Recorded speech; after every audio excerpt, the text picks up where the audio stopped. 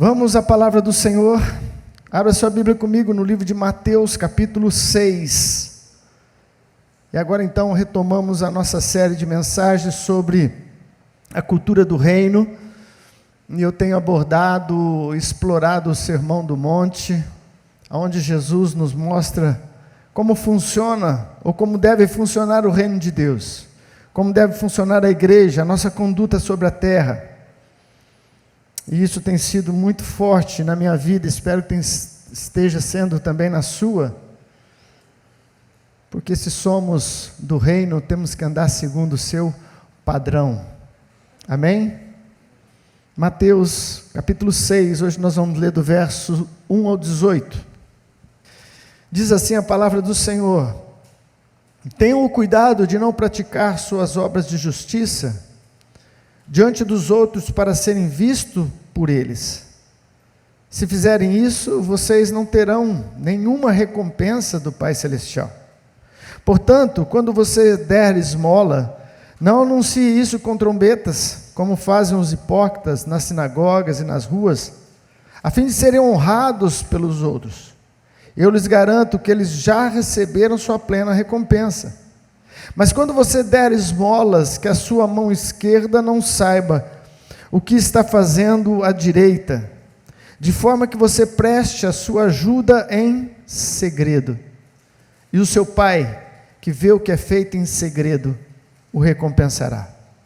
Quando vocês orarem, não seja como os hipócritas, eles gostam de ficar orando em pé nas sinagogas e nas esquinas, a fim de serem vistos pelos homens. Eu lhes asseguro que eles já receberam sua plena recompensa. Mas quando você orar, vá para o seu quarto, feche a porta e ore ao seu Pai que está em secreto. Então seu Pai, que vê em secreto, o recompensará. E quando orarem, não fique sempre repetindo as mesmas coisas, como fazem os pagãos. Eles pensam que por muito falarem, serão ouvidos. Não sejam iguais a eles, porque o seu Pai sabe do que vocês precisam, antes mesmo de que o peça, antes de o pedirem. Vocês orem assim: Pai nosso que estás nos céus, santificado seja o teu nome. Venha o teu reino, seja feita a tua vontade, assim na terra como no céu. Dá-nos hoje o nosso pão de cada dia. Perdoa as nossas dívidas, assim como perdoamos aos nossos devedores. E não nos deixe cair em tentação, mas livra-nos do mal, porque teu é o reino, o poder e a glória para sempre. Amém. Pois se perdoarem as ofensas uns dos outros, o Pai Celestial também lhes perdoará. Mas se não perdoarem uns aos outros, o Pai Celestial não lhes perdoará as ofensas. Quando jejuarem, não mostre uma aparência triste como os hipócritas, pois eles mudam a aparência do rosto, a fim de que os outros vejam que eles estão jejuando. Eu lhes digo verdadeiramente que eles já receberam sua plena recompensa.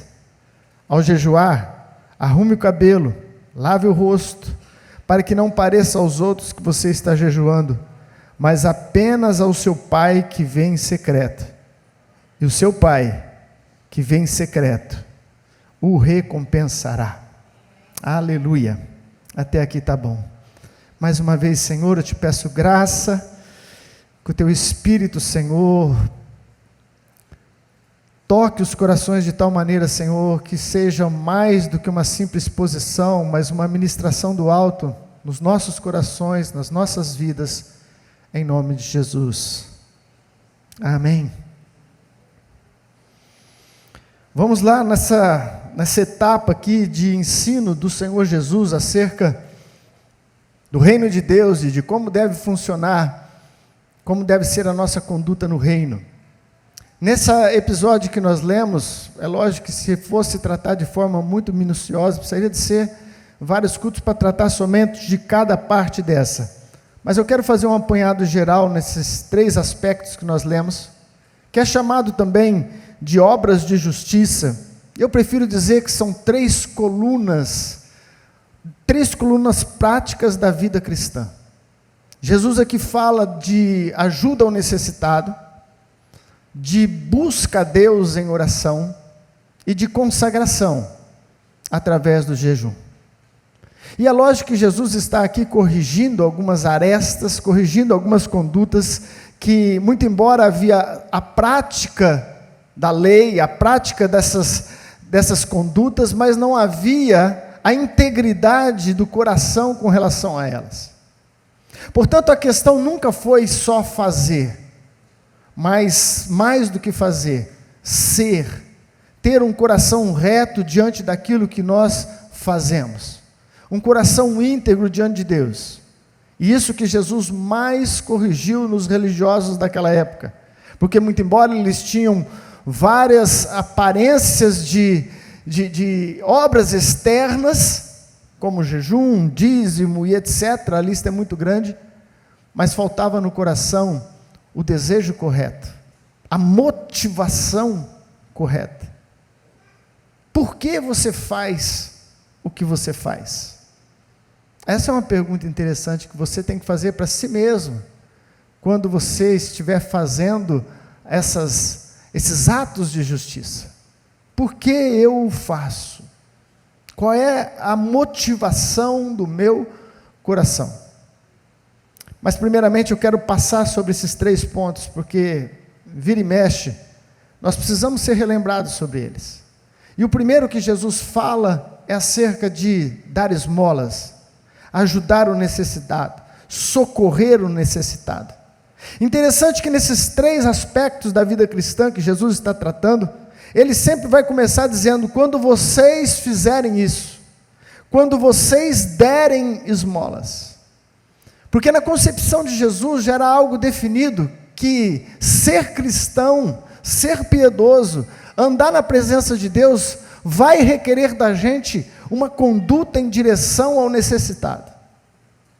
Então, quando ele parte deste ensino de correção, de lapidação, da motivação correta, ele já pressupõe que todos estejam fazendo, ou que todos farão.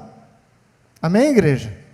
Portanto, ele começa dizendo: quando vocês derem esmolas.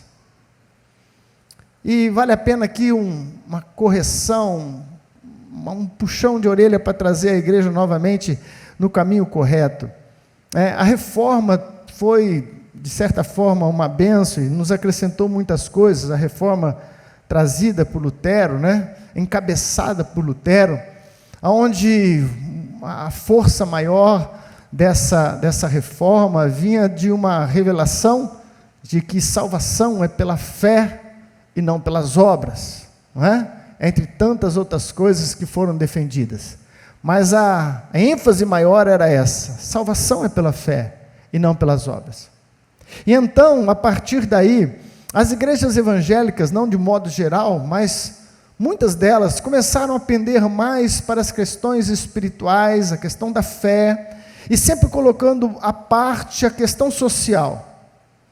Com isso, algumas instituições, como os espíritas, aproveitaram a brecha e começaram a fazer exatamente o contrário: socorrer o necessitado, preencher uma lacuna que foi deixada pelos cristãos. Graças a Deus, hoje eu creio que a igreja está se despertando novamente e entendendo que uma coisa é uma coisa e outra coisa é outra coisa. A salvação, sim, nós sempre vamos pregar, porque é isso mesmo, é pela fé, é pela graça, mas as obras vão acompanhar aqueles que são salvos. As obras vão acompanhar, e este fato tão importante de estarmos atentos à necessidade do outro, de socorrer o outro, é enfatizado em toda a Escritura. E Jesus falou muito sério sobre isso, ao ponto de nos deixar pensativos. O apóstolo Paulo, no livro de Efésios capítulo 4, versículo 28, está fácil aí, Michele? Efésios 4, 28, corrigindo a igreja, instruindo a igreja, ele diz assim: você que roubava, você que furtava, não roube mais, mas antes trabalhe, para que você tenha com que se sustentar e também tenha condições de auxiliar, socorrer o necessitado. Está ali na tela? O que furtava, não furte mais, antes trabalhe, fazendo algo de útil com as mãos, para que tenha o que repartir com quem estiver em necessidade. Ou seja, ele está instruindo a igreja que o nosso ganho, o nosso sustento, que é dado por Deus com a graça e com a força do nosso corpo, não pode ter somente um direcionamento pessoal, mas na vida do cristão, na vida daquele que anda com Deus, nós temos que ter a visão de que o Senhor está me abençoando, mas eu preciso também abençoar aqueles que precisam. Abençoar aqueles que precisam. Jesus fala uma parábola, e essa eu já meditei muito nela por várias vezes, e fico pensativo, porque ela é muito profunda, e nos coloca em xeque-mate. Essa parábola está no livro de Mateus capítulo 25, do verso 31 ao 40.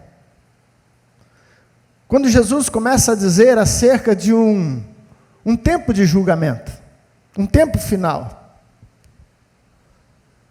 Eu vou ler com vocês para que isso fique mais forte. Mateus capítulo 25, verso 31, vamos ler do 31 ao 40. Eu não sei se você já leu esse texto, mas esse texto me salta aos olhos. Diz assim: quando o Filho do Homem vier em sua glória, com todos os anjos, assentar-se-á ao seu trono na glória celestial.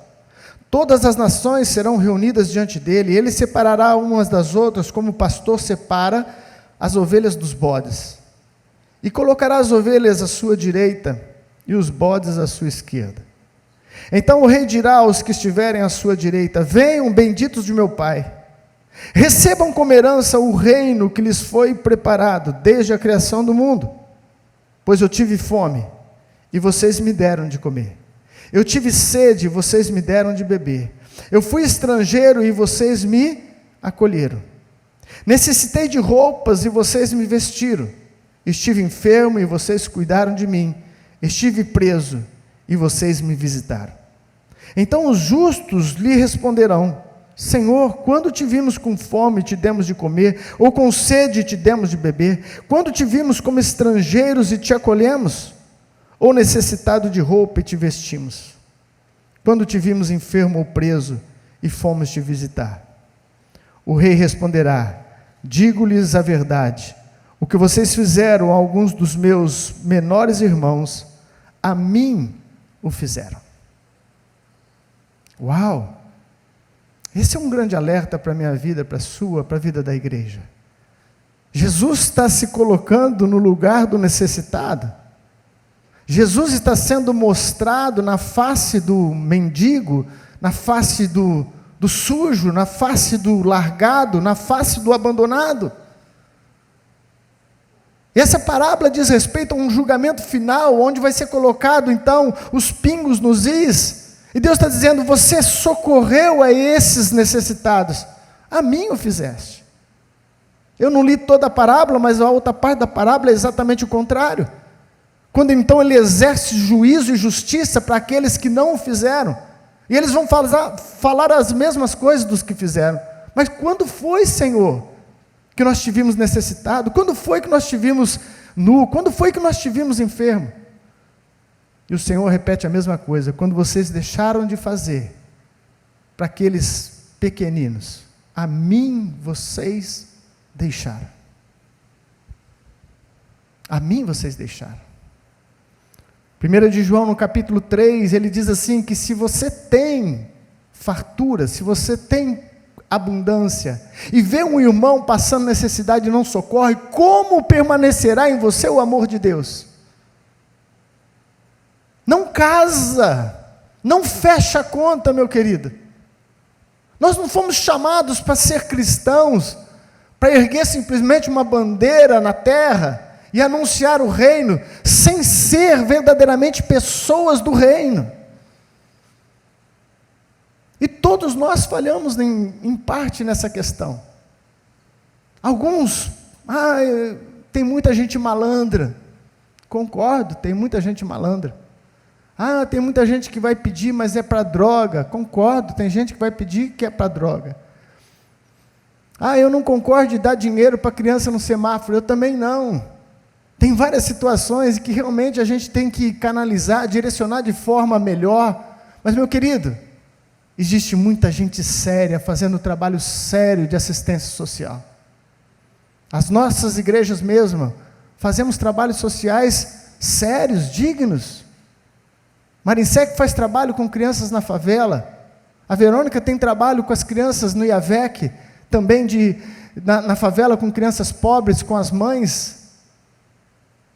O Bispo Henrique, lá do Parque das Figueiras, faz um trabalho de assistência aos mendigos, levando marmitex, comida para eles. Enfim, você vai encontrar gente séria, instituições sérias, que você pode fazer parte, com aquilo que Deus tem te dado, ou com a sua própria vida. Ai, bispo, meus recursos são tão poucos. Arregaça a tua camisa, ajuda a fazer a marmitex, ajuda a levar.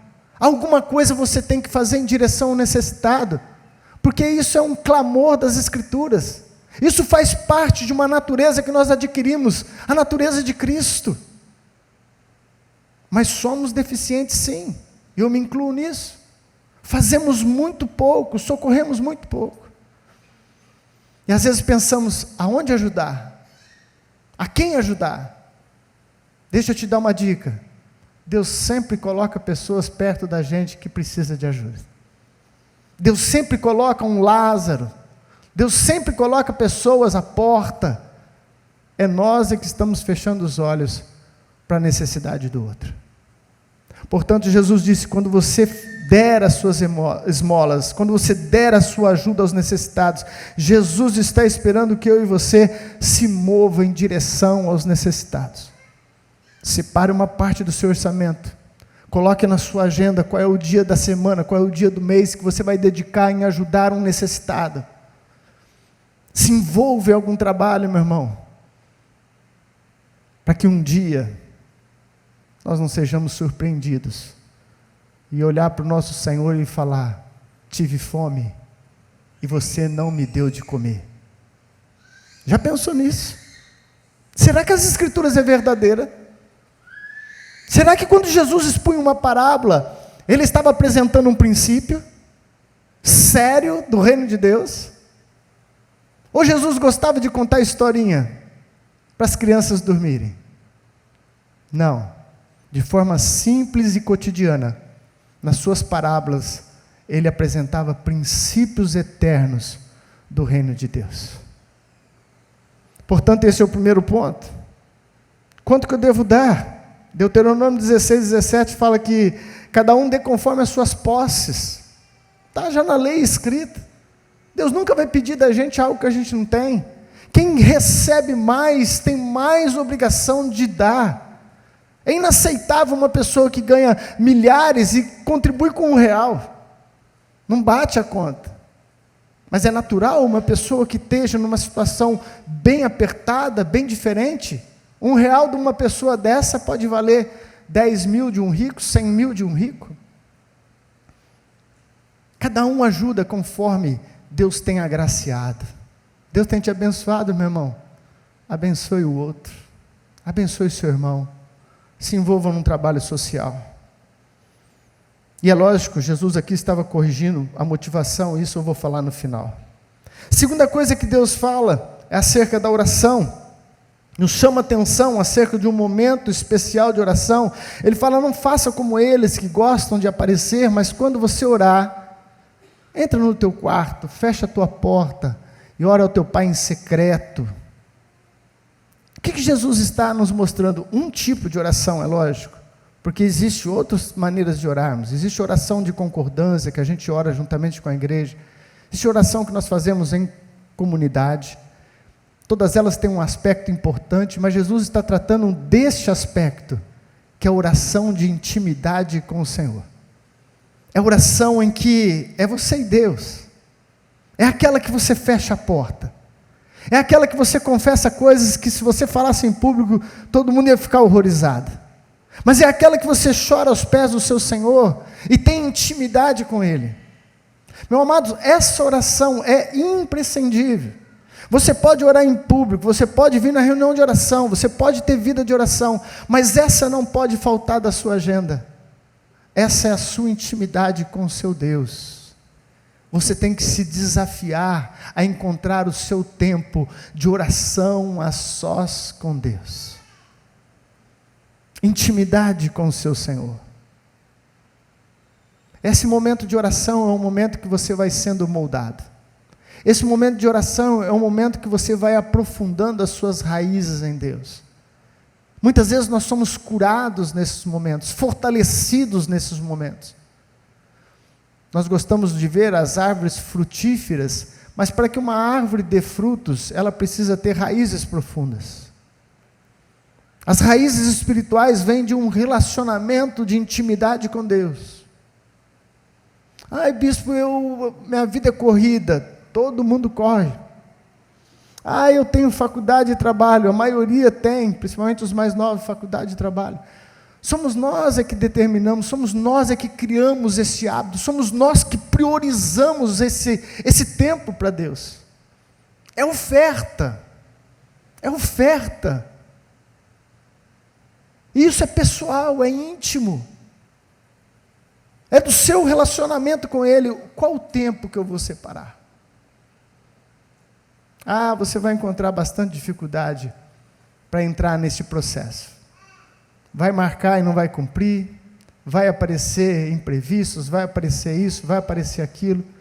E quando você se fecha no quarto, parece que, muitas das vezes, estamos debaixo de um teto de bronze, e as coisas parecem que não acontecem, e é ali então que você desenvolve o seu relacionamento com Ele. Pai, eu não estou aqui somente para falar, eu não estou aqui somente para pedir, eu estou aqui porque eu quero estar na Tua presença. Ai, bispo, minha grande dificuldade é que parece que em 5 minutos acabam as palavras. Não tem problema nenhum se acabar as palavras. Mostre para Deus que você quer ficar com Ele. Você quer a presença do Espírito sobre a sua vida. É impossível, meu querido, trilharmos um caminho de fé sem termos este espaço na nossa agenda da nossa devoção diária, da nossa intimidade com Deus.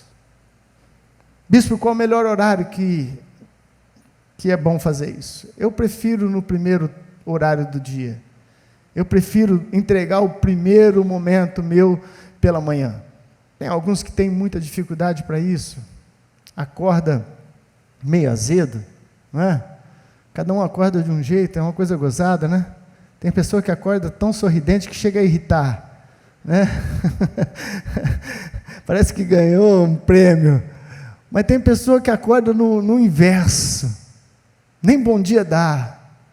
Não sei o que acontece. Acho que faz parte das personalidades. Mas eu prefiro pela manhã, porque eu ofereço o começo e coloco Ele em primeiro lugar na minha vida. A maioria dos homens de Deus também escolheram pela manhã, tanto os homens bíblicos como aqueles que precederam a eles. Hudson Taylor diz uma frase que eu cito sempre, porque quando eu li, eu fiquei de boca aberta. Ele diz assim: na China, o sol nunca nasceu sem que eu estivesse em joelho, em oração ao meu Deus. Hudson Taylor chacoalhou um país inteiro com a pregação do Evangelho de Jesus Cristo. E ele entendia que a força dele estava neste momento de oração. As grandes embarcações só navegam em águas profundas. Você tem que se aprofundar em Deus, meu querido. Nós precisamos se aprofundar em Deus. E Jesus vem costurando essa situação, corrigindo a prática deles acerca da oração, mas dizendo: quando vocês orarem, Ele está esperando você. Amém? Não é se você algum dia resolver, quando você for fazer essa devoção. Então tome cuidado, para que você não faça para homens, mas faça para Deus. Aleluia. E então ele chega na terceira parte, que é a parte do jejum. Outra parte esquecida nas igrejas modernas. Porque o jejum não salva. É lógico que o jejum não salva. Se o jejum salvasse, não precisaria de Cristo morrer na cruz. Não é verdade? Nunca ensinamos que o jejum salva. Nunca ensinamos que o jejum muda Deus. O jejum não muda Deus. Deus é o mesmo ontem, hoje e o será eternamente. O que quer dizer? O porquê dessa prática do jejum? Porque o jejum muda a gente. É nós que somos tratados quando nós consagramos a Deus esse ato de se abster de alimento. Jejum, biblicamente falando, é abstinência de alimentos, por um período determinado. Há alguns que dizem, estou fazendo jejum de internet. Estou fazendo jejum de Globo. Estou fazendo jejum de televisão. Você pode até fazer tudo desse jejum, mas falando do jejum bíblico, se trata de abstinência de alimento, por um período determinado. Se nós olharmos para o Antigo Testamento, os grandes homens de Deus fizeram jejuns prolongados. Moisés, depois você confere na sua casa, Êxodo 34, 28, diz que jejuou 40 dias e 40 noites, antes de receber a lei do Senhor. Você pega Jesus, e se tem alguém que, teoricamente, não precisaria do jejum, por ser santo, né? Por ser puro em todas as instâncias, Jesus, antes de começar o seu ministério, passou 40 dias em jejum no deserto. Aí você fala, não, mas ele fez isso para que hoje nós vivêssemos a graça. Ele pagou o preço para que eu não preciso mais pagar. Mas aí você encontra a igreja primitiva, que foi a sequência dos ensinos de Jesus. Você encontra um apóstolo Paulo, no capítulo 9 de Atos, versículo 9. E Paulo permaneceu em jejum durante 3 dias, depois que ele teve um encontro com Jesus, no caminho de Damasco. E você olha para Atos, por exemplo, capítulo 13, versículo 2, você percebe que toda a igreja tinha a prática de orar e jejuar, porque depois de um período de jejum e oração, o Espírito Santo deu uma direção acerca de algumas obras que deveriam ser feitas. Mas a igreja brasileira, a igreja moderna, está muito acomodada. Estamos muito acomodados. Tudo aquilo que nos toca, tudo aquilo que nos custa, nós fugimos. A praticidade se tornou o nosso prazer. Controle remoto para nem sair do sofá, e toda a tecnologia boa, não estou dizendo que é ruim não, mas que proporciona para a gente somente conforto, descanso, quanto menos afligir, melhor. Mas no reino espiritual, amados, o jejum tem um efeito maravilhoso. Eu acho que ninguém vai conseguir definir exatamente o porquê e o que acontece nesses momentos de consagração, mas os céus se abrem. Áreas da sua vida que talvez você tenha dificuldade de vencer nas tentações, se você começar a jejuar e buscar a presença de Deus, você vai se sentir fortalecido para dizer não, vai se sentir fortalecido para permanecer santo, separado. O jejum nos leva a encontrar a verdadeira fé. E Jesus disse, alguns contestam se esse texto está escrito ou se não está, porque está em colchete, quando os discípulos não puderam expulsar um demônio, então Jesus disse, essa casta só sai por meio da oração e do jejum. E não é que a pessoa teria que estar em jejum na hora que a pessoa ficou endemoniada, ela teria que ter a prática do jejum na sua vida. A prática do jejum na sua vida. Não precisa responder, só para ficar aí no seu coração. Quantos dias da semana você jejua? Quantos dias no mês você jejua? Tá bom, vai. Quantos dias no ano você jejua? Estamos esquecendo. Esses pilares da fé cristã é o que manteve os homens de Deus. Hoje a igreja está muito light, nós não precisamos nada disso, é só pela fé, é só pela graça. Mas os apóstolos precisaram, Jesus precisou, e os grandes homens de Deus que fizeram trabalhos maravilhosos sobre a terra, eram homens que tinham como pilares na sua vida, oração e consagração. Oração e consagração. Sem falar dos benefícios que faz até o próprio corpo, a questão de um jejum ponderado, equilibrado. A igreja precisa voltar às práticas que eles tiveram no passado e foram vencedores. Amém? Portanto, passando por esses 3 pontos que Jesus passou, Agora então eu quero extrair as duas mensagens desse texto, que eu acho que é o que Jesus queria passar, que são as mais eminentes. A primeira delas é o poder do secreto. O poder do secreto. Nas três situações, Jesus está exortando eles acerca da motivação correta. E no final de toda exortação, de todo ensino, ele diz: e o seu Pai que vê o que é feito em secreto, o recompensará. Oh, aleluia! Quem gosta dessa frase? O teu Pai que vê em secreto. Por que eu gosto dessa frase? Porque há tantas injustiças ao nosso redor. Há tantas coisas que a gente não consegue consertar, arrumar. Às vezes calúnias, às vezes intrigas, invejas, mentiras. Mas em todas as coisas, o teu Pai que vem em secreto te recompensará. O teu Pai que vem em secreto te recompensará. Eu escrevi algo aqui para tentar demonstrar o que eu estava sentindo quando preparei a mensagem. O poder do secreto reside na pessoa a quem você quer agradar. O poder do secreto reside na pessoa a quem você quer agradar. E era essa a correção principal que Jesus estava fazendo. Porque eles davam esmolas, mas queriam ser vistos pelos homens, aplaudidos, reconhecidos. E Jesus então diz: se é isso que você quer, já recebeu a sua recompensa. A mesma coisa ele diz acerca da oração. Qual é a motivação do seu coração? Que todos vejam que você é espiritual, que todos vejam que você é alguém da igreja, alguém piedoso. Se você quer o aplauso, o reconhecimento das pessoas, já recebeu a sua recompensa. E depois ele repete a mesma coisa com relação ao jejum. A quem nós estamos dedicando a nossa oferta, a nossa oração, a nossa consagração? Quem eu e você queremos agradar?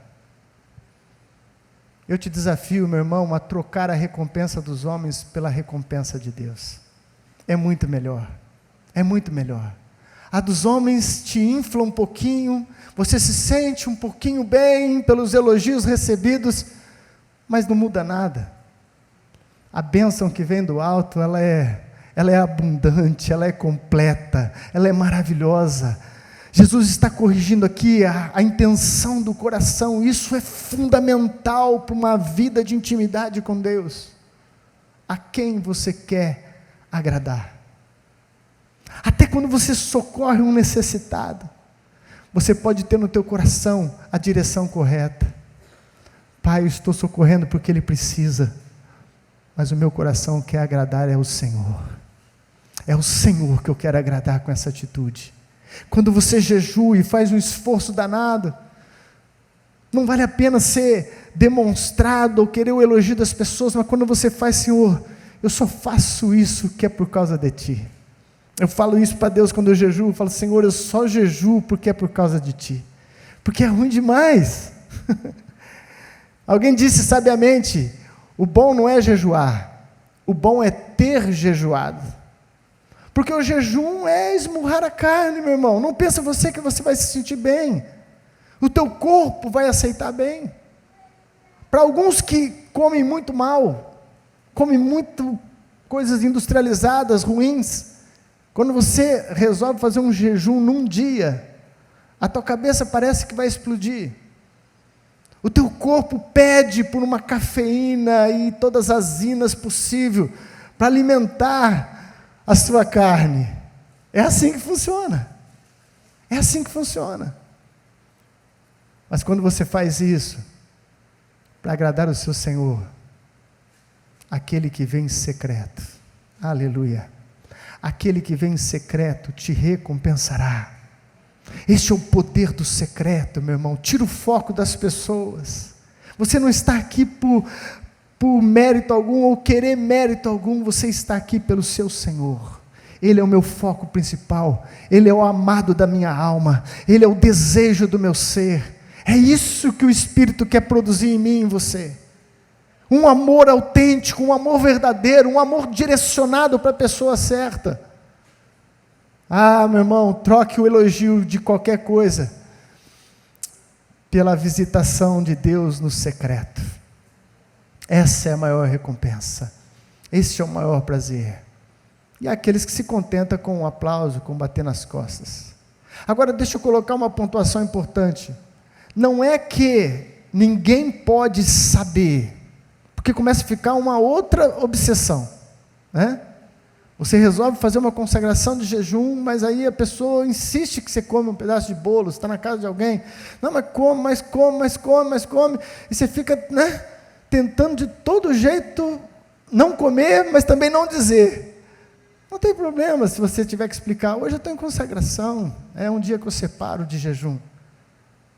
Porque você não está fazendo isso para receber qualquer tipo de recompensa dessa pessoa, elogio, vanglória.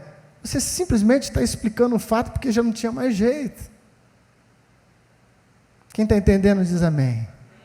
A mesma coisa do socorro necessitado. Tem hora que não tem jeito de você esconder, né?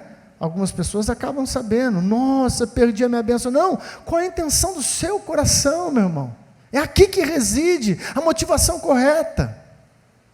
Por exemplo, quem é que contou que Jesus jejuou 40 dias no deserto? Ele estava sozinho no deserto. Não é isso? Alguém contou que ele jejuou. Mas não contou porque queria vanglória de ninguém. Mas só para ensino nosso, para registro, para ensino nosso.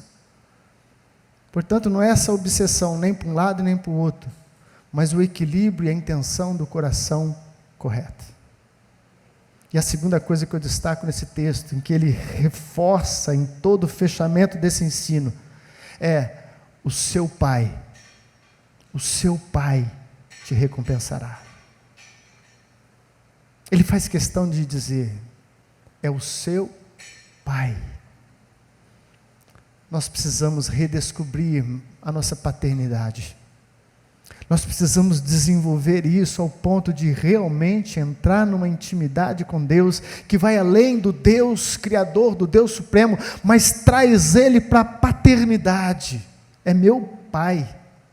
Deus é meu Pai. O seu Pai vai te recompensar.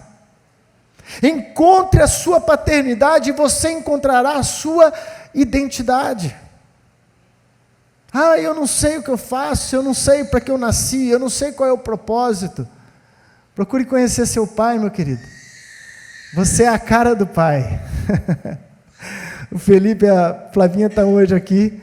E a segunda filhinha dela, Maria, ali é tudo Maria. A segunda Maria Beatriz. Na minha opinião, é a cara do Felipe, né? E a gente brinca que é idêntico. É a cara do pai. Você é parecido com seu pai. Conheça melhor Deus e começa a deixar fluir essa natureza que Deus já colocou dentro de nós. Você é filho de Deus, meu irmão. Por que eu tenho que socorrer o necessitado? Porque Deus é generoso. Porque Deus é bom. Porque Deus faz nascer o sol sobre o mal e sobre o bom. Deus é bom. Por que eu tenho que amar? Porque Deus é amor. Por que eu tenho que perdoar? Porque meu Pai perdoa. Estão me entendendo? A sua identidade está ligada à paternidade. A natureza de Deus está em nós e precisa ser desenvolvida em nome de Jesus Cristo. Mas existe sim, né? Essa velha natureza que ainda persiste em querer sobreviver. Ela está aí dentro. É como aquele filme, Dormindo com o Inimigo. Ele está aí dentro, não é a sua esposa. Está dentro de você mesmo. Essa natureza gritante, vingativa, essa natureza explosiva, essa natureza impaciente, essa natureza que não sabe confiar no Pai. Por isso que nós precisamos ser moldados, meus amados. E esses 3 caminhos que o Senhor coloca diante de nós são processos que nos ajudam a parecer com o Pai. o seu Pai te recompensará.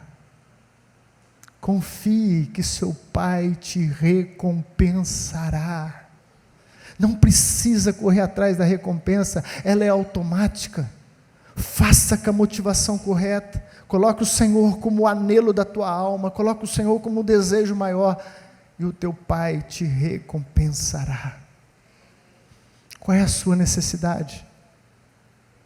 Eu preciso de um bom casamento, eu preciso de uma porta de emprego, eu preciso disso, eu preciso daquilo. Deus suprirá todas as nossas necessidades, todas as nossas necessidades. Portanto, o secreto é o caminho, o secreto é o caminho. Esqueça o tapinha nas costas, e vamos ter a motivação correta. A Ele seja a honra, a glória, a força e todo o poder.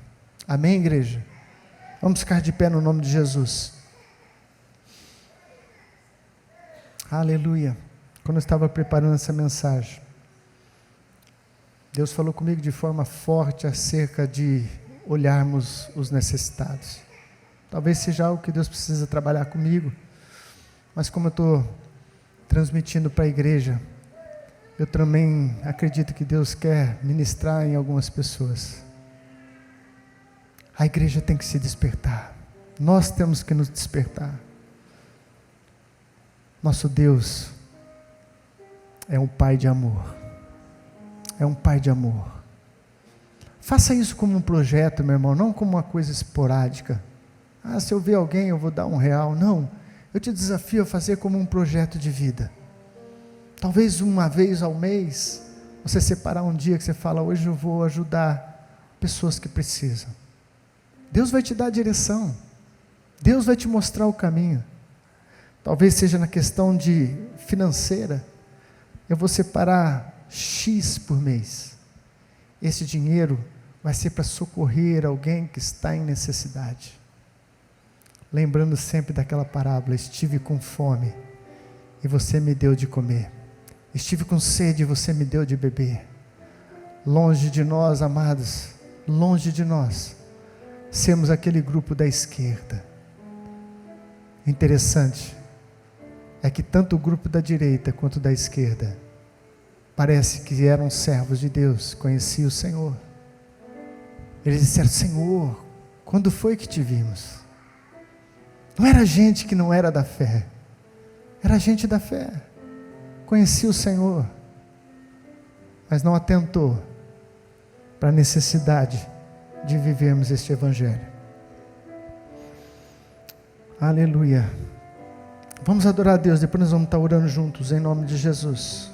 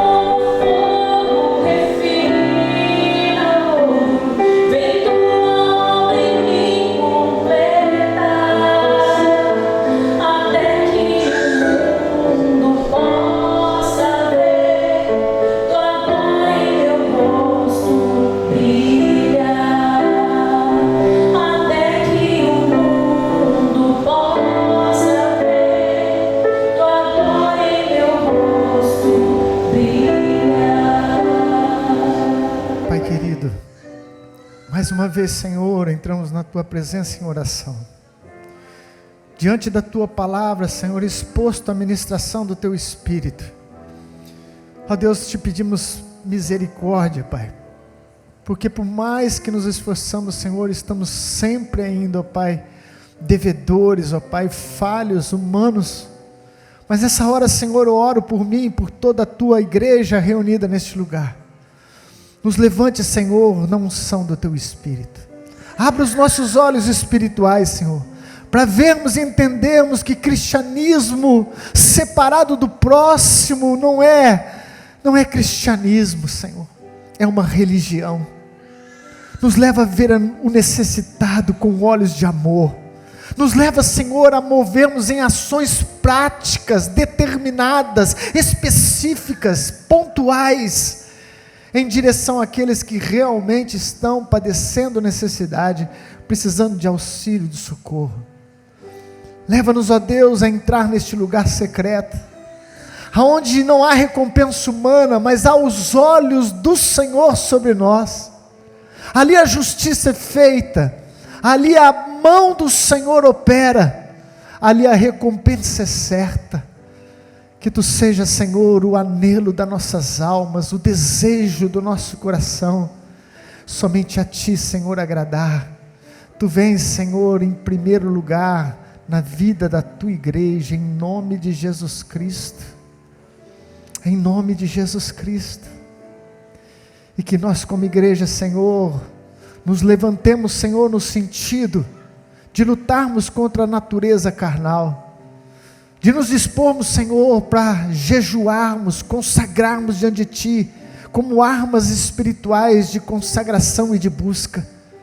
Desperta a Tua igreja, Senhor, nesses últimos tempos, eu Te peço em nome de Jesus Cristo, amém, aleluia. Erga a tua mão para o céu, meu querido, que o grande amor de Deus Pai, a graça do nosso Senhor Jesus Cristo, e a doce presença do Espírito Santo esteja conosco, e com todo o povo de Deus, hoje e para sempre, amém. Deus te abençoe, meu querido, vá em paz, bom domingo, viu?